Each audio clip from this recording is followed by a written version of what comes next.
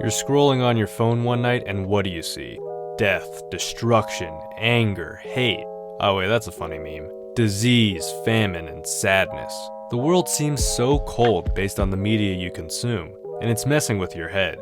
Soon the sun isn't as bright anymore. The activities you love doing isn't as fun anymore. And worst of all, you stop finding Popeyes tasty. I mean, what the heck? So how does one deal with all these troubles from the outside world seeping into your brain? Well, there's a couple of suggestions. One would be to dedicate your life and your mentality to combating the problems in the external world. And there are certainly arguments to be made for this path. If anything, this is probably the default response. You see a problem, you fight it. Another option would be to flee from these problems entirely. You shut it all out, isolate yourself in your room away from it all. But that's not really practical in today's world, is it? Being interconnected is almost required to survive in this world. And sooner or later, you'll encounter these things flying at you. In this video, however, we're going to look at the Taoist way, which doesn't simply fall into the fight or flight dichotomy, but rather explores a third option, acceptance.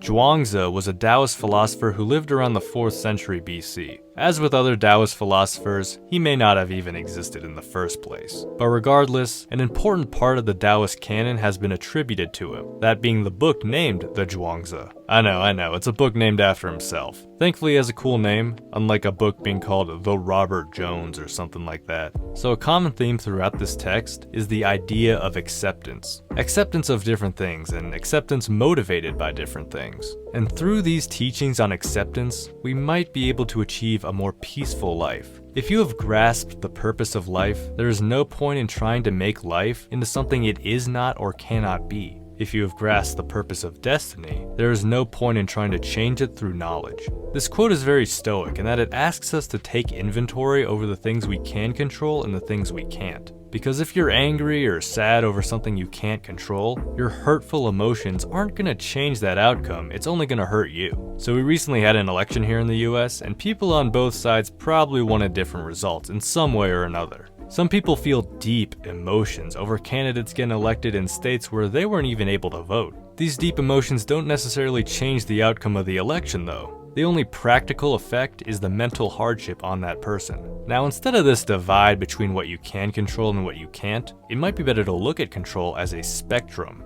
For instance, the election of a candidate not located in the state you're voting in is pretty far out of your control. Now, the election of a candidate who is located in your state is still pretty much not in your control. However, it is relatively more in your control than the other example. So if you find yourself upset about something in the outside world, consider where it might fit on this spectrum of control. If it's something you have relatively little to no say over, maybe don't obsess over it. Now, I'd say that Taoists regard a lot of the world as being outside of our control. One of the big reasons why this is because of the transformative nature of this world. So Chuang Tzu tells a story about how his wife died and his friend came to console him. But when his friend arrived, Chuang Tzu was banging on a drum and singing. Now the friend is obviously taken aback like, dude, what the fuck? Your wife just died. Chuang Tzu admits that he was initially sad that his wife died, but now he's grown to accept it because of transformation and change, which are essential parts of life. Her life's breath wrought a transformation and she was born. Now there is yet another transformation and she is dead.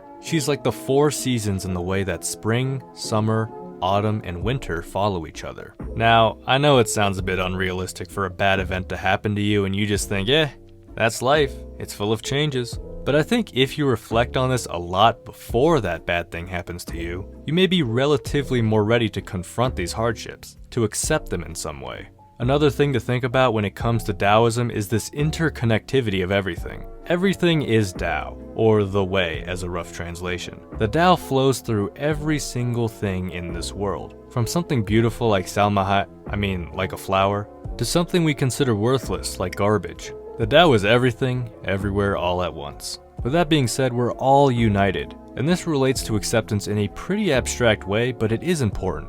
Everything arises from what is formless and descends into that which is changeless. If you grasp and follow this, using it to the full, nothing can stand in your way. So a story is given of a guy asking a gatekeeper how some people can walk underwater and not drown, or walk on fire without burning. The gatekeeper explains that this unity amongst yourself and everything else in the world through the Tao is the reason why. You and the fire are not separate. You and the sensation of burning are not separate. You're all a part of the Tao. Now your body may obviously get injured, but not your spirit if you truly believe in this unity, because you and the burning are united by the Tao. Now, obviously that's pretty abstract, and I wouldn't blame you if you brush that whole thing off as being unrealistic and not helpful. And while I might agree that it'd be pretty difficult to apply this to situations where nature hurts us like fire, I think it could be helpful when thinking about others. So you're part of the Tao, and so is everyone else in this world. There's a unity amongst us all. And I think this mindset of humanity and brotherhood might not only lead to us treating each other better, but also accepting how others might treat us. Cause look, if we're all part of the Tao, if we're all this Tao, then one might look at harming another person like harming yourself. It's like we're all different arms on this big animal. And if you hurt another arm, you're in turn hurting yourself. Likewise, when it comes to acceptance, instead of retaliating or getting angry when someone wrongs you, you could look at it as them harming themselves under this Taoist view. And look, I know some of y'all are gonna be like, f